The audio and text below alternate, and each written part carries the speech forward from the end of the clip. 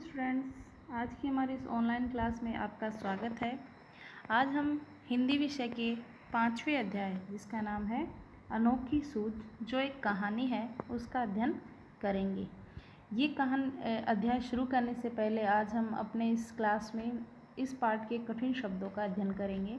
उससे पहले मैं इस कहानी के बारे में आपको संक्षेप में बता देना चाहती हूँ कि ये कहानी क्या है। एक कहानी है, पुराने ज़माने में जब देवताओं और दानवों के बीच में अक्सर युद्ध होता रहता था। वो इस बात को लेकर कि हम दोनों में से श्रेष्ठ यानी अच्छा कौन है, ये साबित करने के लिए देवता और दानव लगभग युद्ध करते ही रहते थे। एक बार देवता और दानव दोनों मिलकर ब्रह्मा जी के पास गए, जिन्होंने इस सृष्टि का निर्माण किया, इस दुनिया को बसाया है। उनके पास गए और उनसे पूछा कि हम दोनों ही आपकी संतान हैं, तो बताइए हम दोनों में से ही सबसे श्रेष्ठ कौन है, क्योंकि हम दोनों को आपने ही बनाया है, तो बताइए हम दोनों में से श्रेष्ठ बुद्धि में कौन बड़ा है हम दोनों में से। तो ब्रह्मा जी ने दोनों को अपने यहाँ खाने पर बुलाया और फिर कहा कि मैं कल बताऊंगा कि तुम दोनों में से बुद्धि में श्रेष्ठ कौन है। दूसरे दिन देवता और दानव दोनों ब्रह्मा जी के यहाँ पहुँच जाते हैं भोजन करने के लिए। तो ब्रह्मा जी ने उनके सामने एक शर्त रखी कि भोजन करने से पहले मैं तुम्हें अपनी कोहनी को बिना मोड़े भोजन को समाप्त करना है, यानी आपको पूरा खाना भी समाप्त करना है और आपकी कोहनी मोड़नी भी नहीं चाहिए। देवता और दानव दोनों को ब्रह्मा जी ने अलग अलग कमरों में बिठा दिया और उनके सामने मिठाइयों से भरे हुए थाल हैं वो रखवा दिए। एक कमरे में देवता बैठ गए और दूसरे में दानव। देवता ने अपने कमरे को बंद कर लिया और एक दूसरे के आमने सामने बैठकर एक दूसरे को भोजन कराने लगे और इस तरह से उन्होंने पूरे लड्डू से भरे दाल को समाप्त कर दिया और पेट भरकर खाना भी खाया। जबकि दूसरी तरफ दानव है वो परेशान थे, उन्हें समझ ही नहीं आ रहा था कि वो किस तरह से इस भोजन को समाप्त करें, क्योंकि ब्रह्मा जी ने उनके सामने शर्त रखी थी कि कोहनी मुड़नी नहीं चाहिए और भोजन भी पूरा समाप्त होना चाहिए। तो दानव परेशान हो गए कि करें तो क्या करें। उन्होंने लड्डुओं को उछाला और खाने की कोशिश की, लेकिन जब उन्होंने लड्डुओं को हवा में उछाला तो कुछ लड्डू उनके मुंह में आ जाते, कुछ नीचे गिरकर चूर-चूर हो जाते और इस तरह लड्डुओं को खाने का जो तरीका उन्होंने अपनाया था उसकी वजह से बार बार उनके बीच में झगड़ा भी हो रहा था और उनके कमरे से हो हल्ले की आवाज़ आ रही थी। जब उन्होंने अपना पूरा भोजन समाप्त कर लिया, फिर ब्रह्मा जी उनके पास आते हैं और उनसे देवता और दानवों से कहते हैं कि अब तुम्हें समझ में आ गया होगा कि तुम दोनों में से बुद्धि में श्रेष्ठ कौन है, क्योंकि देवताओं ने मिलजुल कर काम किया, सहकार की भावना यानी मिलजुल कर काम करने की भावना से काम किया, जिसकी वजह से उन्होंने पेट भरकर खाना खुद भी खाया और दूसरों को भी खिलाया। जबकि दानवों ने अपनी सहकार की भावना से काम नहीं किया, सूझबूझ से काम नहीं लिया, ना खुद खा पाए ना दूसरों को खाने दिया। तो ये हमारी आज की ये जो क्लास है, हमारा ये चैप्टर 5 है, उसमें यही कहानी है कि हमें हमेशा मिलजुल कर और समझदारी से कोई काम करना चाहिए। ये पाठ हमें यही शिक्षा देता है। तो चलिए हम आज की अपनी जो कठिन शब्द हैं उनका अध्ययन शुरू करते हैं। सबसे पहला हमारा शब्द है दानव। दानव का अर्थ होता है राक्षस, इसको असुर भी कहा जाता है। दानव को क्या कहते हैं? असुर भी कहते हैं, राक्षस भी कहते हैं इसे। दूसरा हमारा शब्द है युद्ध। युद्ध यानी लड़ाई। प्रजापति, प्रजा का पति अर्थात ब्रह्मा जी को प्रजापति भी कहा जाता है। ब्रह्मा, विष्णु और महेश तीनों ने इस पूरे संसार का निर्माण किया है। अगला है हमारा शब्द मान्यवर। मान्यवर शब्द का अर्थ होता है सम्मान सूचक संबोधन, यानी सम्मान प्रकट करने के लिए कहा जाने वाला शब्द।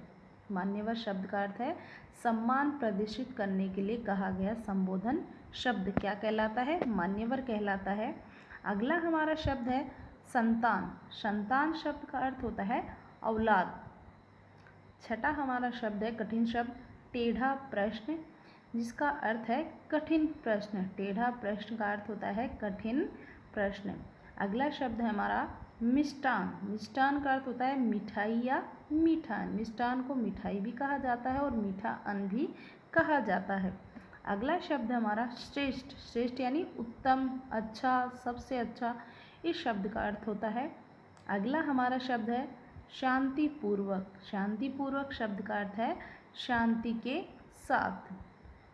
शांतिपूर्वक शब्द का अर्थ होता है शांति के साथ। अगला शब्द है ताकना। ताकना शब्द का अर्थ होता है देखना। क्या होता है? देखना। अगला शब्द है हमारा आज्ञा। आज्ञा शब्द का अर्थ है आदेश देना। आज्ञा का अर्थ है आदेश। अगला हमारा शब्द है उपाय। उपाय शब्द का अर्थ होता है तरकीब या कोई युक्ति या कोई हल निकालना।